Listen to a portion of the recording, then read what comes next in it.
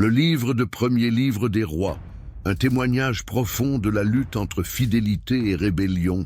Au centre de ce déclin se trouve la figure d'Achab, considéré comme le pire roi d'Israël, et son épouse Jézabel, dont l'influence maléfique a perpétué l'idolâtrie et la corruption.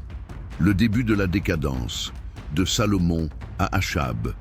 L'histoire commence avec la fin du règne de David.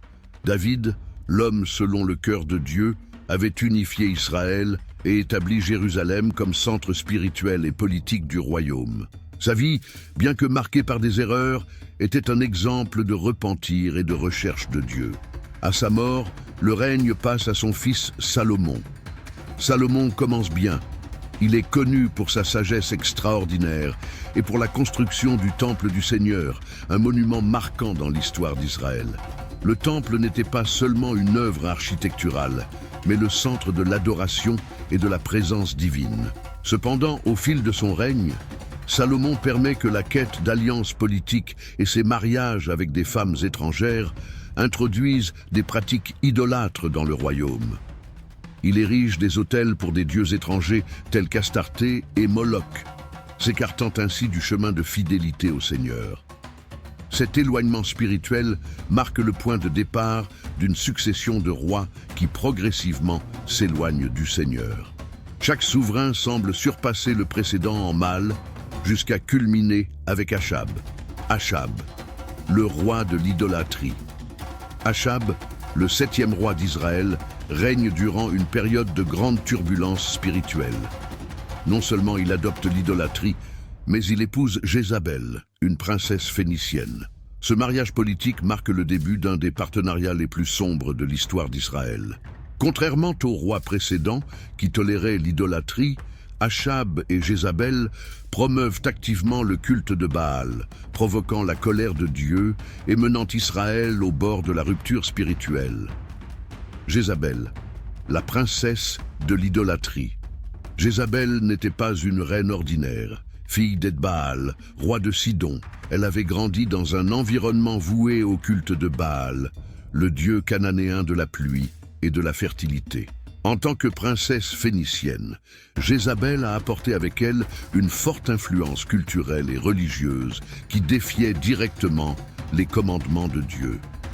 Lorsqu'elle épousa Achab, elle introduisit le culte de Baal et d'Achéra en Israël, non seulement comme une option spirituelle, mais comme une imposition. L'influence de Jézabel sur Achab est décrite dans 1 Roi 21-25.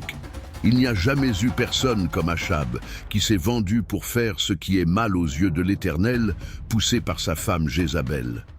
Déterminée, astucieuse et sans scrupules, elle transformait l'idolâtrie en politique d'État.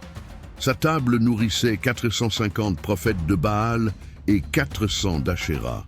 La persécution des prophètes du Seigneur. L'une des actions les plus notoires de Jézabel fut la persécution systématique des prophètes du Seigneur.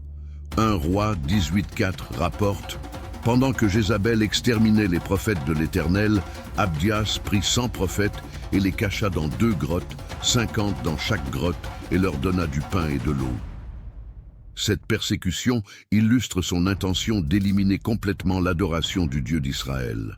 Le conflit sur le mont Carmel. Le prophète Élie devient le principal opposant de Jézabel. Dans 1 Roi 18, Élie défie les prophètes de Baal sur le mont Carmel. Le défi était simple. Chaque camp préparerait un sacrifice et seul le vrai Dieu répondrait par le feu. Les 450 prophètes de Baal crièrent pendant des heures, dansèrent et se firent des incisions, mais rien ne se produisit. Élie, en revanche, pria une seule fois, et l'Éternel envoya un feu qui consuma entièrement le sacrifice. Cet événement fut une démonstration éclatante du pouvoir de Dieu, le destin de Jézabel. La prophétie concernant le destin de Jézabel fut déclarée par Élie. Les chiens dévoreront Jézabel près du mur de Jizréel. 1 Roi 21-23.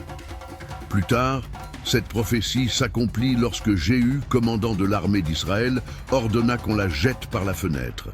Son corps fut piétiné par des chevaux et dévoré par des chiens. L'héritage de l'esprit de Jézabel. Bien que Jézabel soit morte, l'esprit de Jézabel reste un symbole de manipulation, de contrôle et de rébellion contre Dieu. Dans Apocalypse 2, 20, le Seigneur réprimande l'église de Thyatire pour avoir toléré une femme qui suivait l'exemple de Jézabel. Conclusion, la lumière dans les ténèbres. Le premier livre des rois peut sembler un récit de défaite, mais il pointe vers une espérance future.